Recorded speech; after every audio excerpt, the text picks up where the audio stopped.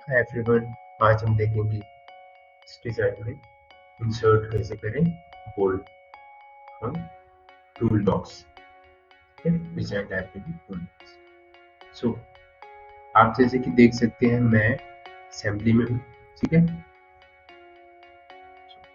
In the holes में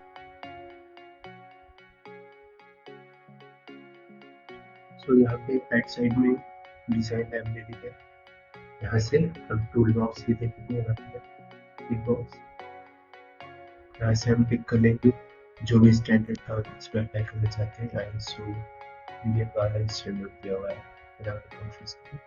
bolts and screws में जाते हैं और इसमें हेक्सागोनल हेड वाले जो बोल्ट हैं उनमें से इंसर्ट करते हैं, ठीक है। सो अपनी रिक्वायरमेंट के हिसाब से हम इसमें से कोई भी ले लेंगे और इसे पिक करके सीधा हम जो सर्कुलर सरफेस है उस पर क्लिक कर देंगे। सो ये अपने आप से इसने एडजस्ट कर लिया M8 का बोल्ट ले लिया। और ये देख रहे हैं आप, ये दोबारा इंसर्ट कराने के लिए तो ये इसे स्किप करके या फिर यहाँ पे क्रॉस दिया हुआ है इसलिए फिर दूसरे के लिए देखते हैं। ये देखिए अभी इस पे एक सिर्फ मेट, एक कॉन्सेंट्रिक मेट लगता है क्योंकि हमने इसे सर्कुलर होल का सरफेस है उस पे इसे कर्सर क्लिक किया था इसलिए। दूसरा देखते हैं हम आउटसाइड असेंबली, इसे क्लिक कर लेंगे, ठीक है। यहाँ पे हम इसे लेके यहीं छोड़ देंगे। अब ये हमें नहीं पता है कि क्या कॉन्फ़िगरेशन इसकी और होल की पोर्ट की, ठीक है।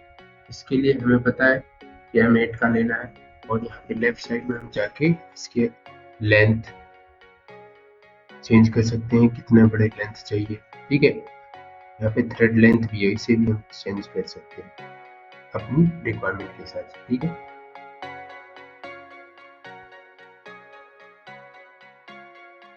ठीक है, ये लेंथ 60 है।